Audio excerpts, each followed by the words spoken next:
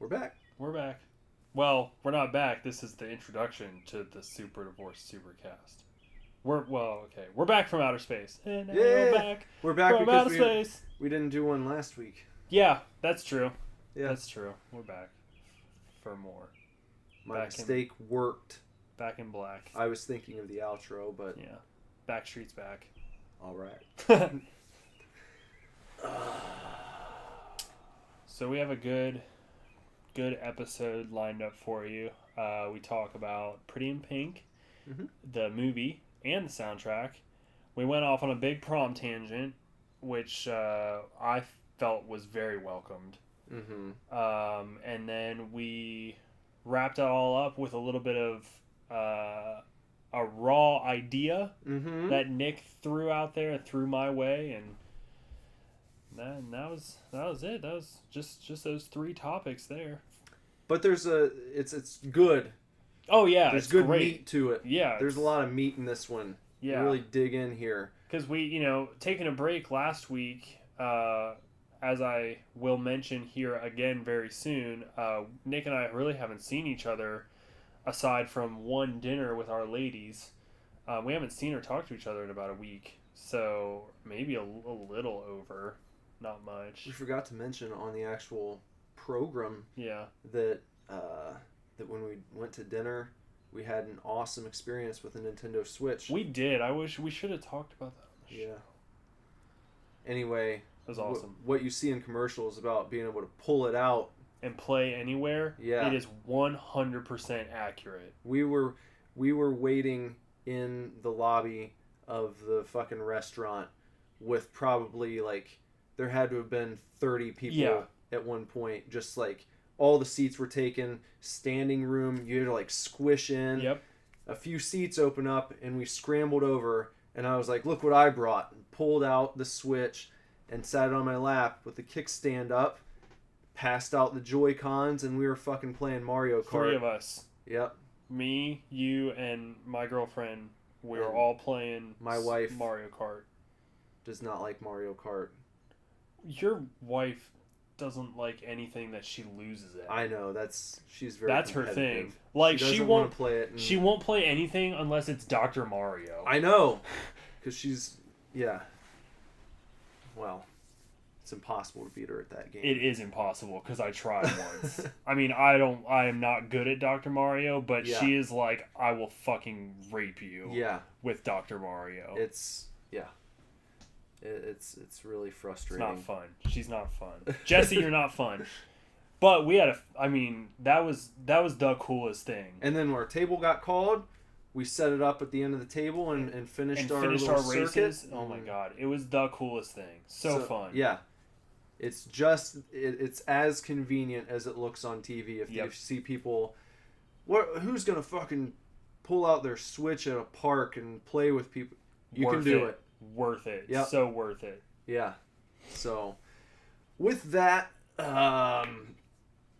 go ahead and check us out across social media. Facebook.com/SuperDivorce, Instagram @SuperDivorceBand, Twitter @SuperDivorce, and Snapchat SuperDivorce. You want to get in touch with me anywhere, just look me up at Nicholas Villars. I'm a little more complicated, as you guys probably know by now, but if you want to follow me, you can follow me on Instagram @BenderButt, follow me on Twitter @BenderButts, and follow me on Snapchat @BendersButt. If you have to pick one, pick Instagram, because I don't really... I'm terrible at Twitter. I'm horrible at it. I got one, and I'm just really depressed that I don't have any followers, so... Maybe when we get famous, I'll use it more. But Twitter is not my thing. Also, be sure to stop by our mother base, our website, www.superdivorceme.com. While you're there, add your email to our mailing list down at the bottom, and you'll still get a free song. Still get a rough demo of our new music and kind of so you'll get an idea of the direction we're headed, and we won't spam the shit out of you, so definitely do that. So It's going to be a good episode. Yeah. Enjoy, chefs. We are not getting a divorce. We are not getting a divorce. We are not getting a divorce.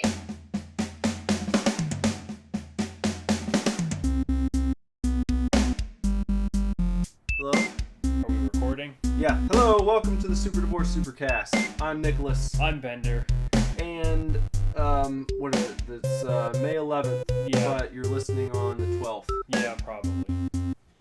Yeah, So. if you didn't notice, I'm sure you did because you guys are oh so loyal with your listening habits. But we skipped last week, but for good reason. Yeah. Really, Nick had a lot of things to do. He's been hustling and bustling because he is going out of town later this month, right before we leave for recording. So he was working for you, getting a lot of things sorted out for the band and, you know, automatic updates for the Facebook, and which we write all ourselves. Yeah. Or, well, Nick writes every post. It just gets automatically posted by a website. That way it's spaced out properly. Right. And I don't have to set an alarm and wake up at 3 a.m. to post something. Right.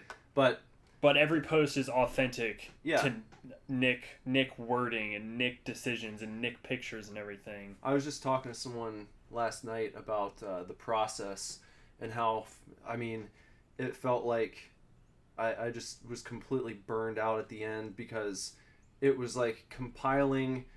I literally compiled all of our posts through our recording. Yeah. So everything is set now because when we're up at Josh's and when I'm on vacation, I'm not going to have time to sit there and find shit to post. So It was like, you know, almost a week straight of just doing nothing but finding pictures and finding articles, and every article that I found I would read it so that I knew what I was posting, and you know, grabbing screenshots of different fucking TV shows and all everything that's coming out is going to be stuff that love and care went into. Yeah. But we wanted to make sure that over the course of the next few months, when things are really busy, that our Facebook doesn't just, you know, die off. Yeah, which is another thing.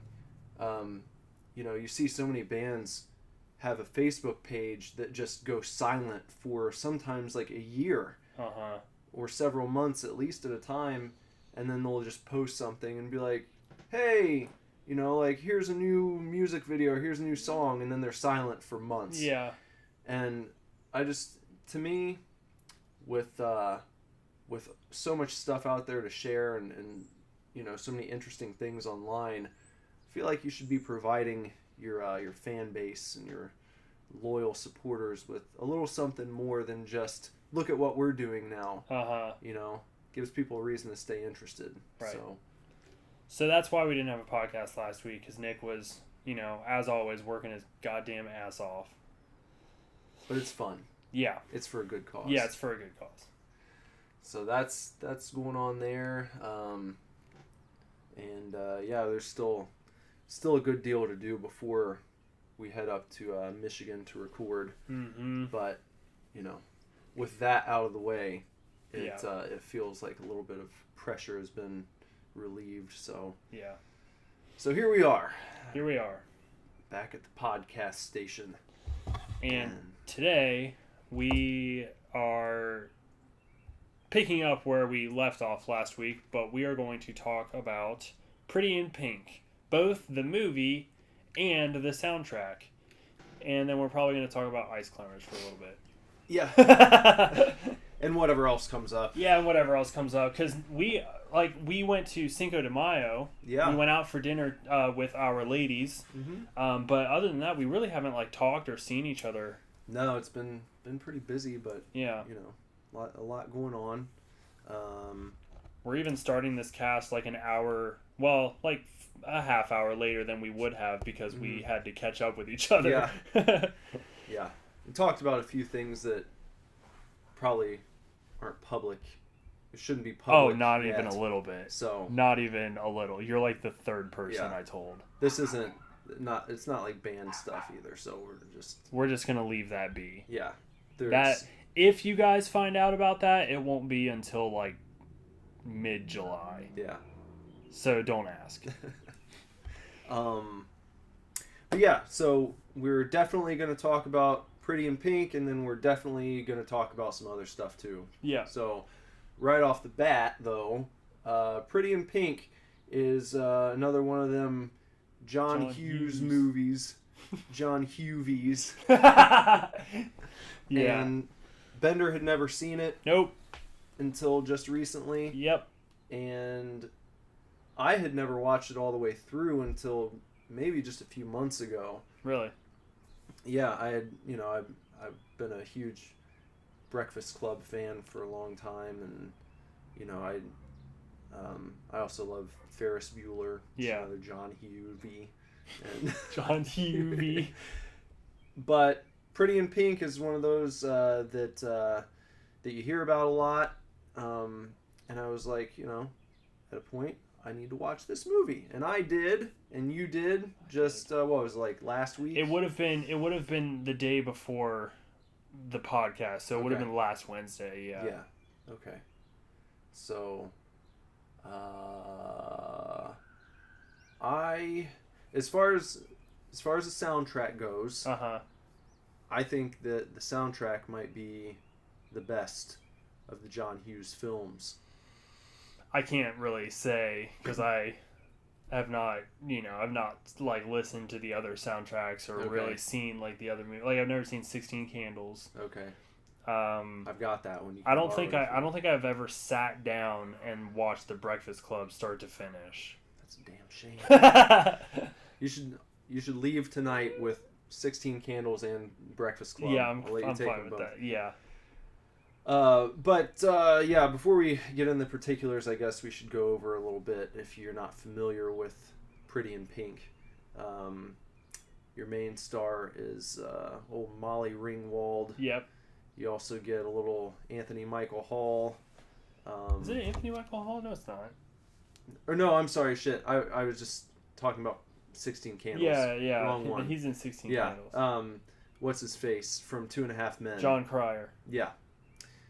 As Ducky. And you get some Harry Dean Stanton. Yep. As Molly's Andy is Molly Ringwald's character, and Harry Dean Stanton plays Jack, her dad. Andrew McCarthy. Yep. Who you would know. Blaine. Terrible. Fucking James Spader. Yeah, James Spader. Ultimate douchebag. So great. I love James Spader in that just, movie. Yeah. He is like ultimate 80s movie villain. Hardcore. I mean, I feel like if he set the standard, he would be a great, well, I don't know, because he's pretty soft when it comes down to it. He's just a dick. Yeah. So I feel like if it were like a wrestling program, that he would have been a great manager for the bad guy in Karate Kid with the blonde hair. Yes. Yeah. Yeah. They would have been great friends. I can see that. Yeah, just I can see that for sure. Total rich kid douche. God, I thought he was awesome. I mean, like, his character was great. The whole, you mentioned him being a rich kid. That's kind of like one of the central themes of the movie is sort of rich versus poor. Because Molly Ringwald's character, Andy, is from the wrong side of the tracks. Yeah. And she ends up getting romantically entangled with Blaine, Andrew McCarthy's character. Yeah. And McCarthy's character, Blaine, his best friend is Spader. And they're two of the more popular rich kids at school. They wear suits to school. Yeah. Like, who the fuck wears suits to school? They do. Blaine and, Steph. Yeah, Blaine and Steph. Like, you're fucking rich when you're a dude and you have a girl's name. Yeah. Yeah. Like, that's how you know you're rich. So, so you have that whole thing between Andy and Blaine, the forbidden love, the forces trying to keep them apart, social status, class status, all that kind of stuff. And Blaine is kind of doing his best to overcome that stigma, and in spite of what his friends think, give her an honest shot, but he doesn't really do the best job of that all throughout the film, which leads you to root for Ducky, who's kind of the nerdy. Ducky what would you refer to him as? What would you refer to? Because he's not really a nerd. He's not like he's a pocket protector computer geek. He's kind of a dweeb. A goofball? He's a goofball. Goofball is good. Like, because dweeb also implies kind of like Ducky is kind of like, he's like the class clown. He's like, you want to be Ducky. Mm-hmm. Part of you wants to be Ducky. Yeah. Like, but you know that being Ducky is not as much fun as it looks. Right. Because in real life, he gets shit on a lot. Yeah. And you know he doesn't feel good about himself a lot because... Yeah, which is... It's just Ducky. Uh-huh. That's how people look at him. Oh, Ducky. He is the stereotypical picture of the man in the friend zone. Oh, yeah. He's so deep in the friend zone. I don't know. I can't even come up with a good metaphor. He's buried. He's so deep in the friend zone, he's buried. He's so deep in the friend zone, he's basically in China. You just tunneled through the center of the earth and ended up in China. That's where Ducky is, and he's in the friend zone. In relation to Molly Ringwald being in the U.S. Right. It's just like they're polar opposites. Because if you go to China, then maybe he could find a Chinese girlfriend and find love. But in relation to the girl he wants to be with, he's as far away as you can get on planet Earth. He's that deep. And it sucks for Ducky because he is that deep in the friend zone, but that's just it. He's a friend. Yeah. He's her best friend, Not like he's her best friend who is a guy. He's just her best friend in general. Period.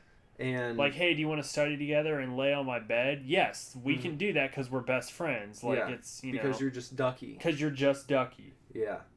God, so I just felt bad for him the whole movie. He kind of, if you've never seen it, in this movie he looks like he'd really be into the Stray Cats. Yeah. The Brian Setzer band. He's got the kind of throwback, not like tough greaser look really, but more of Brian Setzer Orchestra era Brian Setzer. I do love Brian Setzer Orchestra though. Yeah, Jump Jive and Wail. Yeah. So it's you're rooting for Ducky. He's always nice to her. Blaine is nice sometimes. And Blaine is he's nice sometimes, but he's also never like outright mean. He sort of just makes mistakes. Yeah. He's not as gung-ho about being there for her as Ducky is. Yeah. Because he's still trying to overcome that, like, what are my friends going to think deal that plagues not just high schoolers, but adults sometimes too. Yeah. You got to get over that, though. And,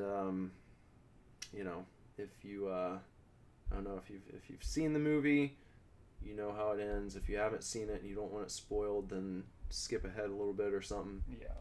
But it works out in the end for Blaine. And even though you have a moment where you think maybe Ducky's gonna get the lucky bounce. It's like it's not even a moment. It's like a couple minutes where you're just like, yes, Ducky, yes. Ducky saves the day. He does. And then he gets usurped. Yeah. And it's just like gets shafted. Yeah. He swoops in, after she's heartbroken, after Blaine has done exactly what Ducky told her he was gonna do. She's down in the dumps. She's at prom by herself. The whole thing is about prom too. I mean, like how fucking important prom is, which is like a running theme in 80s movies, but you know, that's bled out into like high school movies. They put so much emphasis on how goddamn important prom is. Well, I feel like it was a big deal back then. It was a big you know? deal. Well, I mean, it's like yeah. I didn't fucking go to mine because I graduated early and I was just done. I was done with high school. So Fuck this. So fucking over it. I was dating Jess and she went to Lebanon. Yeah. So it was like I haven't been to school for fucking close to 6 months. I'm not paying whatever it was. It's a lot. $100-something for a plate of shitty food. Yeah. And you know what pissed me off? Here we go. I'm getting off on a tangent real quick. Let's do it. Prom All tangent. Right, prom tangent. All right. I was on student council when I started my senior year. Yeah. And I was the VP of the student body. Right here, this guy. I was VP. I ran unopposed. Yeah. Oh, yeah. Yeah. No one else wanted it. So I was like, all right, fuck it. Yeah. I'll be class vice president. In my acceptance speech, I wore a pair of my mom's jeans and like a sparkly bedazzled teddy bear sweatshirt. Yes. And I slicked my hair back and I just walked up to the podium and I was like, well, no one ran against me, so hopefully you guys like me as your vice president, and kind of gave a speech, and some of the teachers were a little upset at the way I handled it. Whatever. That was fun. Yeah. I was a fun guy, you know. But during one of the meetings, I had this great idea. I was like, look, let's make prom great again. You know, I want us to go big on this. Let's do a big fundraiser. Why don't we have our prom on a fucking riverboat in Cincinnati? Let's do it up. Yeah. Let's go for it. None of this fucking Mandalay bullshit where you guys do it every year. Let's fucking find a way, get some school buses to take everyone, you know. Let's do it. It's like, oh, that's a fun idea. And, you know, a few people on board, but it got squashed very quickly when some other voices chimed in. No one wants to drive to Cincinnati for prom, you know, and it's like, dude, this is your fucking senior prom. Uh-huh. Like, you telling me that that's not important enough for you to drive like 40 minutes down to the river, you know? And I don't know. It was a bummer. Yeah. It was a big bummer. I had grand visions in my head. It was like, you know, the fucking, we'll find a way. We'll get we'll fucking finagle a way to get a few hotel rooms down in Cincy. Yeah. Oh, it could be so cool. And then they did it at the Mandalay. And it was just, I didn't go. I've never been thanks. to the Mandalay. And they also did our 10-year reunion at the Mandalay. They do every fucking thing at the Mandalay. I don't understand it. Like, I drive by it every time I go to Dayton. Yeah. You know? It's right there. It's looked the fucking same for the past 70 years, however long it's been there. It just seems like... That's the dumbest name. I have in my head the idea that you would walk in and it would be like... I don't know. Just like a big warehouse almost with like wood panel walls. Yeah. And like cheap plastic tables with fucking shitty white tablecloths. Yeah.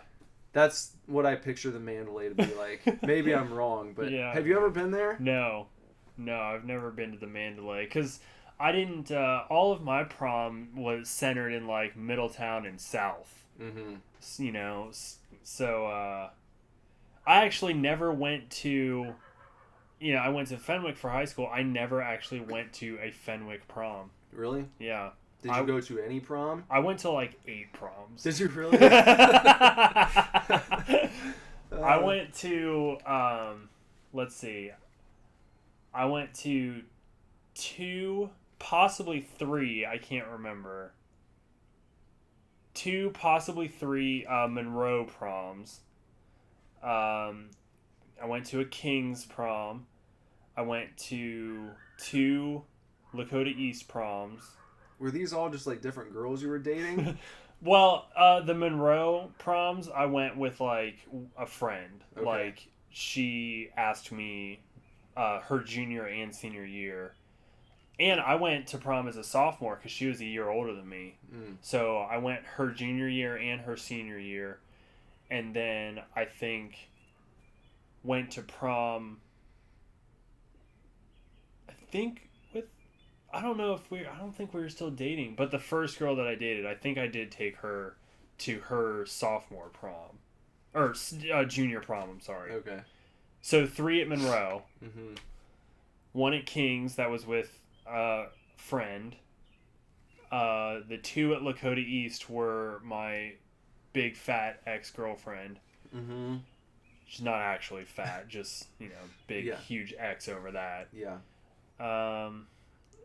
My school, my art school did have a prom. It was very small, obviously, because at the time there were only like 50 students. But we had a prom, so I went to that. But because I left Fenwick the 3rd quarter of my junior year, so I didn't make it back. Like for some reason, as soon as I left, like I didn't keep in contact with people enough to go back for prom, and then I didn't go senior year either. Even though I could have, I guess. I could have probably very easily, but I didn't. I went to, I did go to Jess's prom. Yeah. They had theirs at a very nice place, out near, what is that, Deerfield Road, over by, have you been to the Deerfield cinemas over there? Like the Regal Mhm. Cinema? Yeah. I work right behind it. Okay, well then, yeah, it was a place over there, I can't remember the name of it, but it was very nice, and I remember thinking about how much better that place was than the man. I know, let's see, I think every time, there's a place in, not Hamilton, not Franklin, I don't even know what part of town it's called, or what it would be. Monroe had their, like, all 3 proms I went to for Monroe were all at the same place. It was relatively nice. There was a lake. What else? I also went to a wedding there one time. So, like, I went there it's probably like you and the Mandalay. Like, that place, I can't remember what it's called, but that place is like your Mandalay. I was just there all the fucking time. I just pulled up a picture of the Mandalay. I mean, it definitely looks like an old people banquet. Yeah, it sounds, oh god. You see? Yeah. That carpet. Yeah. With, like, the swizzles. Uh-huh. The red and gold swizzly carpet.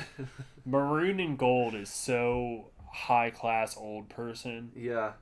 Maroon and gold chairs. Yep. Chandeliers with your shitty ass tile ceilings. There is a little wood panel. It's painted white though. So cheaters. Anyway. Prom, huh? I don't recall, like, having, like, the time of my life at any of the 8 proms I went to. I mean, like, they were all fun at the time and everything. What I remember, honestly, is going to after prom and fucking hating it because they forced you to stay there so that you didn't leave and get shit-faced. Yeah, I do remember going to after prom, now that you mention it. And after prom was, like, it was always the worst idea. After prom here was at the Lebanon High School, and I just remember, like, sitting around in the gym just for doing several nothing. hours. I think they had, like, shitty games set like, up. Blow up. I mean, like, Lakota East had both. I went to both after proms at the school there with my girlfriend at the time, and they had, like, like blow up things in their gym because that's a large school. Yeah. And like video game rooms set up and stuff, and like food in the cafeteria. But man, you get there and it's like 30 minutes in and you're just like, all right, I'm fucking done with this. And then they make you stay there for like 5 more hours. Well, you know, I sympathize with the people who have to set that up because you want to do your best. Mm-hmm. But you know that, like, these kids are all, like, 16, 17, 18, and the last thing they want to do is be supervised on that night. Oh, yeah. So you gotta think, well, what's gonna be fun? I don't know. Get a fucking blow-up house and put some video games in the corner, and I guess we'll be glad that no one died this evening. But, like, you know, when you're there, it's just lame. Yeah, it's Because so lame. You don't want fucking people hovering over you. That is like, when you think of teen movies and shit, that's like your big night. Yep. You know, you want to be at a fucking party where everyone's drunk and, like, destroying someone's house. That's true. You want someone to be in a lot of trouble the next day. And, like, I don't know. I never, you know, I mean, you know me, but I never had, like, the desire to be, like, drunk and at a party on prom night or anything. But I definitely, like, every time I went to after prom, I regretted going to after prom. Yeah. I guess it's not so much that I desired that either. It's just when you think of what should be happening after prom. Mm-hmm. That's what you think. That's what you go to. But what you actually get is, like, the lock-in that you had when you were in middle school for your orientation or some shit, you know? Like, it's just, it's no good. Did they give out, like, prizes at Jess's prom? I think so, yeah. And I don't remember anything that they gave out, though. Oh, God, I remember, like, almost every prom I went to had, like, a time where, you know, they would give shit away. Mm-hmm. But not being from any school that I went to prom at, my name was never in there. So I just had to sit there, and it would take hours of them just calling names and people walking up and just getting thing after thing after thing after thing. And, like, one time my name got thrown in at Monroe, their prom. And luckily it wasn't, like, terribly weird because I knew a number of people there. But they, you know, they were giving out, like, digital cameras and Kings Island passes and you know, shit like that. And I think they were, like, picking up a prize, and then they would draw a ticket, you know, and whoever name was on it. And I fucking won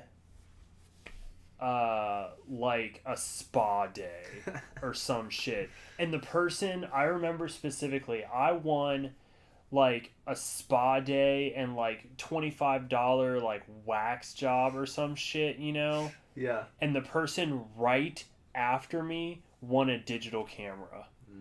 And I was just like, what am I gonna do? Like, you couldn't just give me a Kings Island pass. Yeah. You know? I had to walk up there in front of everybody and accept a spa day. Did you use it? No! Because I was like 16, you know? Like I said, I was a sophomore. Yeah. I also won that same night. I also won an oil change for my car that I didn't have. Oh man. It was like I got the shortest end of the stick, you know. Did you try and haggle? No, Trade up? I didn't know, because I didn't know the chaperones. I didn't know enough kids. Yeah. Well enough to be like, yo, man, do you know?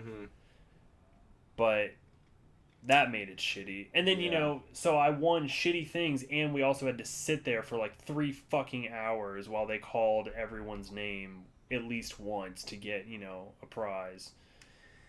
You know what? When it comes to prom, as far as prom being not as spectacular as it's built up to be in the movies, I bet that it is for some people, and it is for the people who go into prom with something big on the line.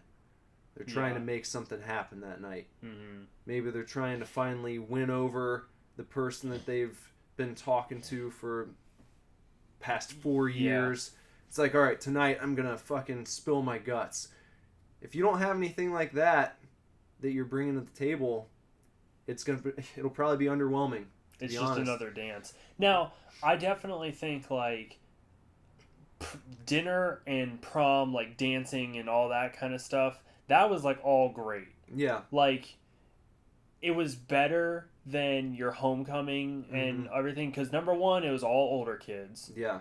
It was all the, and in high school, your fucking class matters. Yeah. Like, if you're a junior, like, fuck everybody else. If you're a senior, definitely fuck everybody else. So it was great that it was only juniors and seniors, with the exception of some sophomores that were invited. You had to be invited. So like the dinner and the dancing was all great, and it was always somewhere off school grounds, which was like always cool. Like one of Lakota East's was at the Cintas Center in Cincinnati, right? What's the building that has the big Cincinnati sign on the side of it? Duke Energy Center. Oh yeah, it was at Duke Energy Center. That's pretty baller. Yeah, and then the other one that I went to was at an event center in Union Center. Oh, like across from Rave and all that shit. It's a good area. Yeah, so it was like really nice kind of upscale area.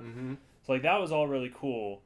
But if you're listening to this and you haven't been to prom yet, which is highly unlikely, I feel like, based on our listeners. Getting some of the youngins in maybe here. get a few youngins. But if you're listening to this and you haven't been to prom, go to prom.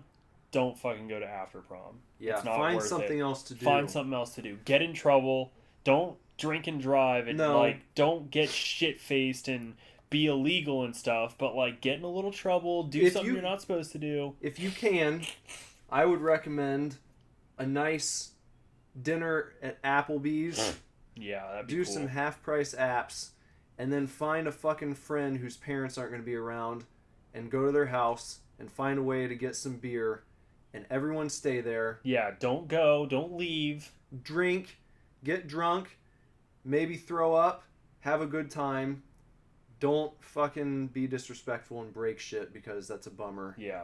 Especially if you're dealing with someone that you like. If it's a douchebag, maybe. Maybe just accidentally knock a lamp off or something. Right. I don't know. But, like Bender said, find something to do. Don't go to after prom. It's a joke. Yeah. It's a ruse. They're going to try and pull you in with the door prizes, too. They are. Because they give out cool shit sometimes. They'll be like, oh, there's a Nintendo Switch we're giving away. Or we got a PS4. God, especially nowadays. Yeah. Some of those door prizes, I guarantee you, there are schools giving away iPads and PlayStations and Xboxes and Switches, and they're definitely giving that kind of shit away. But guess what? You're not going to win it. No. You won't. And if you did, I'm going to say it's not worth it. Yeah. Don't trade in your prom night for a chance at winning some cool little gadget. Yeah. Just buy the gadget. Just like spend the money and buy the gadget, but have yourself a prom experience. Yeah. Like all the movies. Yeah. Watch any 80s movie, any high school movie that centers around prom. Do what they do after prom. Yeah. Period. Don't go to after Just prom. don't go to after prom. Have your spectacular dinner and dancing, and then fucking go somewhere else. And don't try and mix both worlds. Don't be like, well, what if we got shit-faced before after prom? No. Because then, if you go and you get caught for some reason... It's going to be even worse. Yeah. Don't do it. Just avoid after prom at all costs. Yeah. And, a lot of people are going to go to after prom, so if you've got a group of friends, like, convince all of your friends. Be like, guys, this is the one night this is our last night as high school teenagers. We have to do something way more epic than after prom. And then, like, get them all on board and do something more epic than after prom. I recommend looking up the greatest high school party movies of all time. Yeah. And start binging them. Start watching them. Watch one every day. Yeah. And so you submit in your mind, we have to do something like this. We have to make this happen. That's a good idea. Very important to be safe, though. Yeah. And don't fucking... You gotta be smart. Don't get the cops called because... Ruins it. That's gonna blow it. You know, you might get arrested. But if you're smart, you can have yourself a damn fine night. Yeah. And you can avoid after prom. Like the plague. Yeah. So... Yeah. So Pretty in Pink is a good movie. It's very good. It's worth it. Definitely watch Pretty in Pink while you're binging all of the high school prom movies. And definitely listen to the soundtrack. Yeah, soundtrack's great. I love the Pretty in Pink song. Yeah, it is a great song. I think my favorite track from that the soundtrack is the first song, actually, from Orchestral Maneuvers in the Dark. Yeah, what I know which one you're talking about. How's it go? I also like Left of Center. Oh, if you leave, don't leave now. Yeah. Yeah. Dude, that, listening to this soundtrack, I was like, okay, I know If You Leave. I know that song. That's like a staple 80s song. And I'm like, okay, this is why it's a staple 80s song. Because it was in fucking Pretty in Pink. Yeah. Like, it makes so much more sense now. Like, I've never heard of Orchestral Maneuvers in the Dark. But I know that song. And this is why. Yeah. Like, it makes more sense now.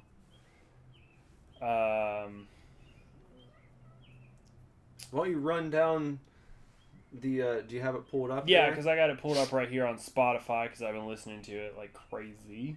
But you've got If You Leave by Orchestral Maneuvers in the Dark.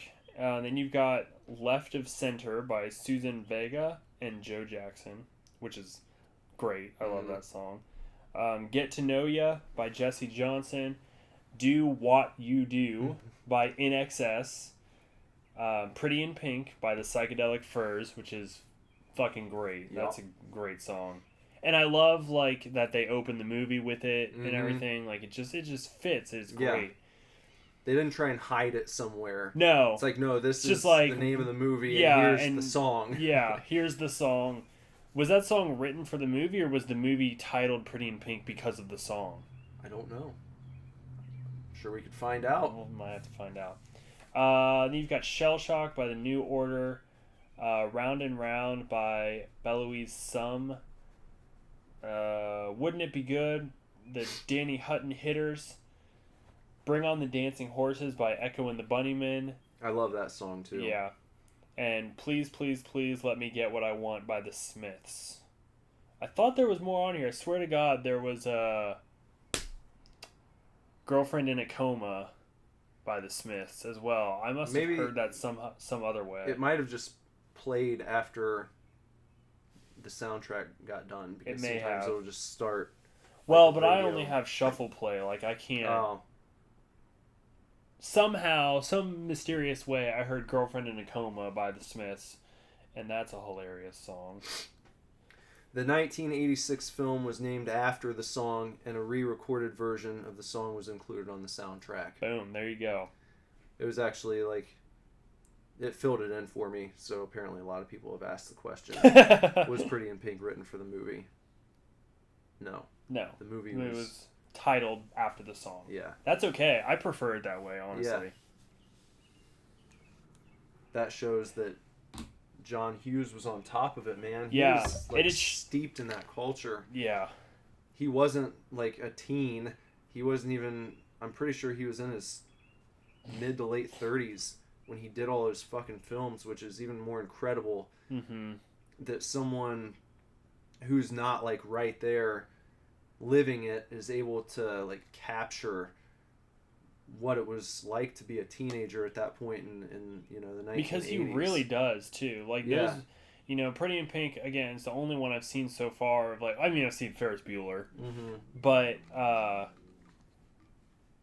you really, like, I was watching Pretty in Pink, and I was just like, this is what all teenagers acted like in the 80s. Mhm. This is absolutely what they acted like. Yeah.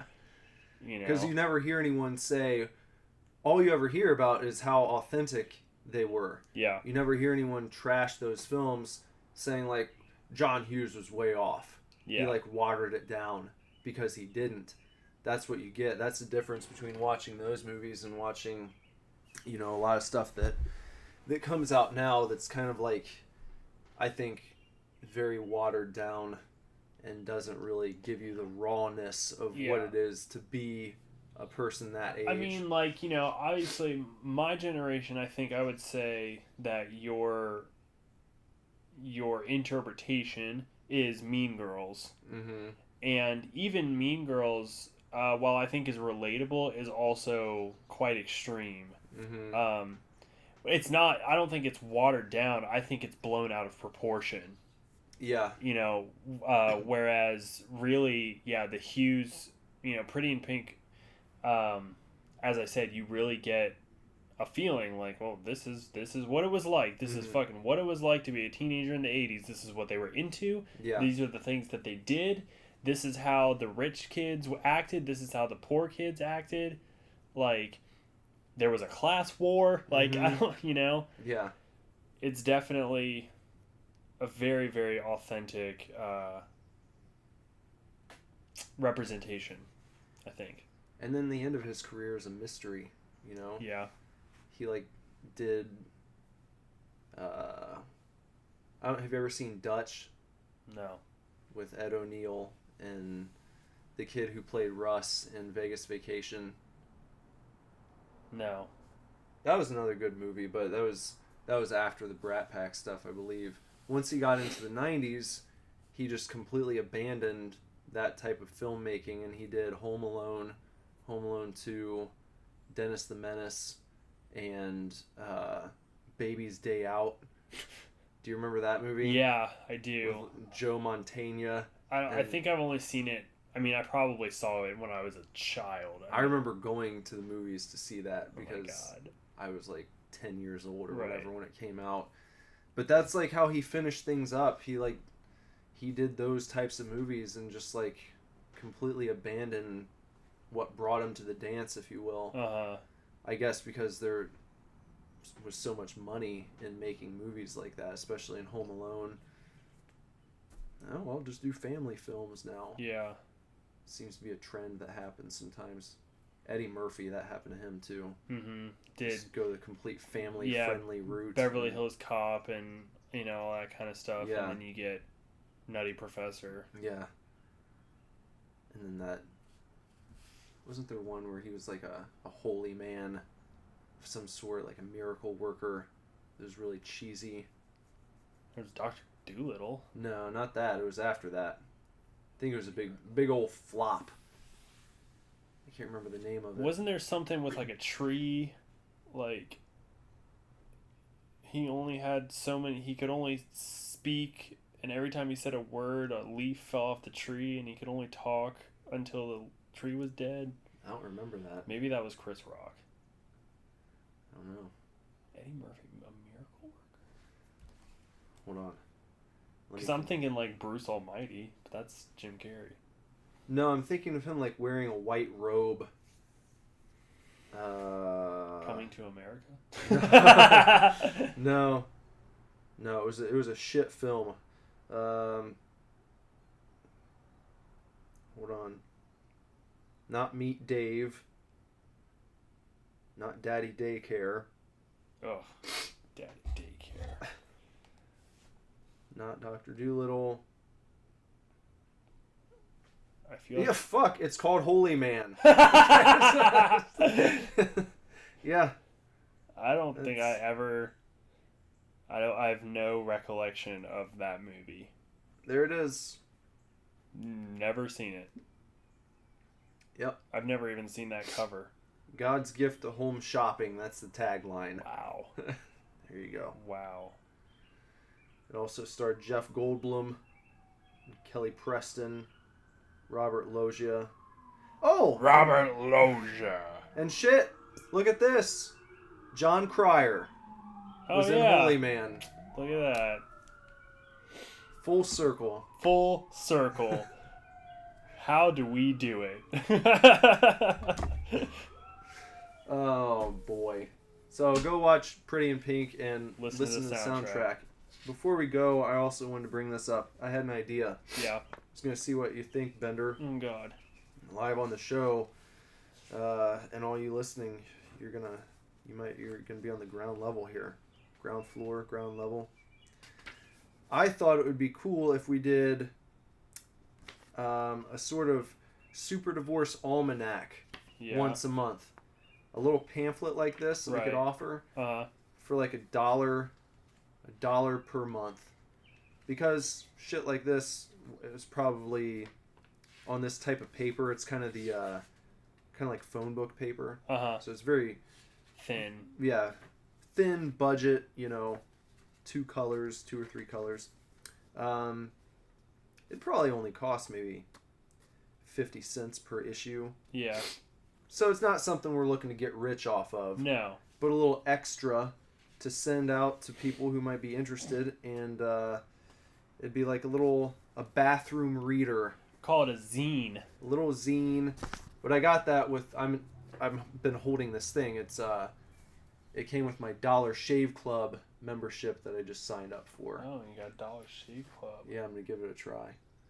But they sent this cool little book with just like some random shit in there to read. Yeah. Random fun stuff.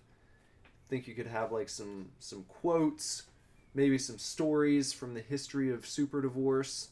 Yeah, and then we need to get, what we need to do, because we have so many artist friends, and I only am thinking of this because the guy, I follow this guy on Instagram who self-publishes his own comic book.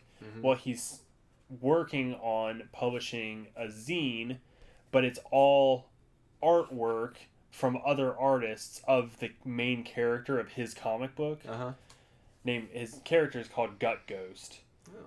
And so he's producing a Gut Ghost zine, and he's been posting artwork from all these artists, like, this is going to be part of the zine, this is going to be part of the zine.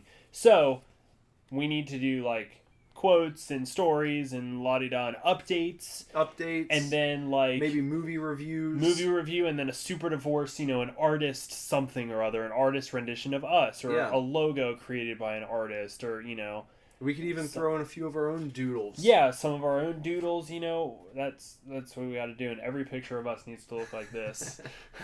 Yeah, it's kind of like a cartoon version of Fabio. Yep. Yeah, I want to look like Fabio. But yeah, that'd be awesome. $1 or $2 a month, something. Cover shipping, cover the production cost, and then something for us to shave a few cents off. Buy ourselves an ice cream cone. Yep. Yeah. So, you heard that here. I'm definitely down to throw a movie review in there every time. Like, if we're splitting up duties, I will take movie reviews. I would, that'd be cool. We could take I want to call it Horror Corner. Horror Corner. What if it was Horror Corner? Horror Corner. That's it right there. Horror Coroner. There's your first segment in the Super Divorce Super Zine. And maybe to replace like the amount of time it took to put together like full episodes of Super Scary, we can do it. Could be like, we could also have maybe a 1-minute video that you do in conjunction. You could do your own Horror Coroner.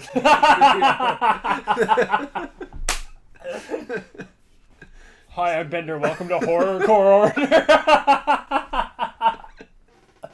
Dude, I'm so into that. Yeah. So when that gets huge, remember where it started. Right here. Right here on the podcast. This is our Tusk. Yeah. This is our Red State. Oh, speaking of which, wanted to say rest in peace to Michael Parks. Yep. I was bummed out to read that he passed away. Yeah. Kevin Smith had a very nice post about him. Oh, did he? I haven't read that. It was on Instagram. Just mentioning that he wrote Red State and Tusk for Michael Parks, because he wanted to work with him so badly. But I thought it was cool that he shouted out, like, you know, he said that he was keeping his son and wife, Michael Parks' son and wife, in his thoughts, but also Quentin Tarantino, because Tarantino was, like, Parks' biggest fan. Oh, really? Yeah. I didn't know that. I even saw somebody else, or maybe an article or something, you know, post about how, like, Tarantino was just loved him, just thought he was the greatest actor. Was he ever in a Tarantino movie? Yeah, he was in From Dusk Till Dawn, and he was in Kill Bill. I've never seen. I think I might have seen the first Kill Bill.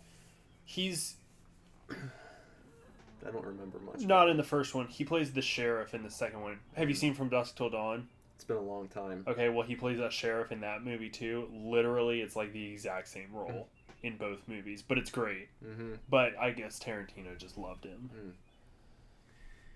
Well, I think I know him from Tusk. Really? That's like, when I think of him, I think that's the first movie I really associate with Michael Parks, and I love that movie. Yeah. I don't care what anyone says. No. I think it's a great movie. It is. I have to see it again. Yeah. But I was lucky enough to see it in theaters. Pretty sure it was on theaters. All right. Well, I'm going to let you guys get back to whatever it is you're doing. Thanks for hanging out with us today. And stick around for just a little bit more of the two of us as we prepare to greet you for the outro. Yep. And then say goodbye one more time. Alright, so we'll see you soon. Now, very soon.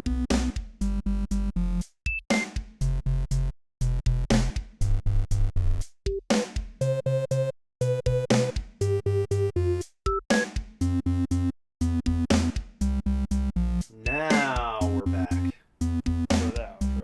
for the outro. Hopefully you guys were okay with the few seconds you had to wait there. Mm-hmm. We know you missed us. Yeah, we missed you too. And we're going to miss you as we wait until next week for another episode of this program. Until then, make sure that you keep up with us on Facebook, where we likes to post. There's always stuff going on Facebook. Always stuff. And if you'll notice, we interact as well. We do. We like to write back. We like to comment and all that fun stuff. So check us out on Facebook. Give us a like so you don't miss anything. And you can do that at facebook.com/superdivorce. Twitter @superdivorce. Snapchat superdivorce. And Instagram @superdivorceband. And then if you want to get in touch with me on social media, just look me up at Nicholas Villars. If you want to get in touch with me, you can find me on Instagram @BenderButt. You can find me on Twitter @BenderButts. And you can find me on Snapchat @BendersButt. This might be the last week that I plug all three of those. Yeah. I might start just plugging Instagram. That's okay. You can just pick one. Yeah. Because that's basically, I mean, if I had to say all of them, maybe I'd feel the same way. Yeah. But I can just say, look me up wherever, because my name's the same across right. different platforms. Right, but I am prominently a Facebook and Instagram user. Yeah. So. Well, that's okay. Yeah. Well, that might be the last you get all of Bender's social media until contacts. we're famous, and then I'll start it again, and you can follow me. Until I can get that little check mark next to my name. Yeah, so we're all verified over here. Yep. Well, okay. That's about it, right? Oh, our .com. Oh yeah, you could go check us out at superdivorceme.com. It's our website, our mother base. Make sure to add your email to our mailing list. Just scroll down to the bottom of our homepage and type in your email address. You can get a free demo for a new song of ours. You can hear what we're going to be recording in less than a month. Yeah. Or right about a month, Right about I guess. a month. Right about a month. Yep. I'm just so overly excited that I can't time frame. So you get a demo and give you a real good idea where we're headed, what we're going to be heading into the studio with. And we won't spam your email either. And it's a good way to stay in shape. Stay in shape. Just give us your email address. Yeah, it's a good way to stay in shape. And it's a good way to stay in touch with us because we know that you love us so much and we love you too. Yeah. So, all right, lovers. We'll see you next week. I guess you should enjoy, chefs. Bye. Divorce.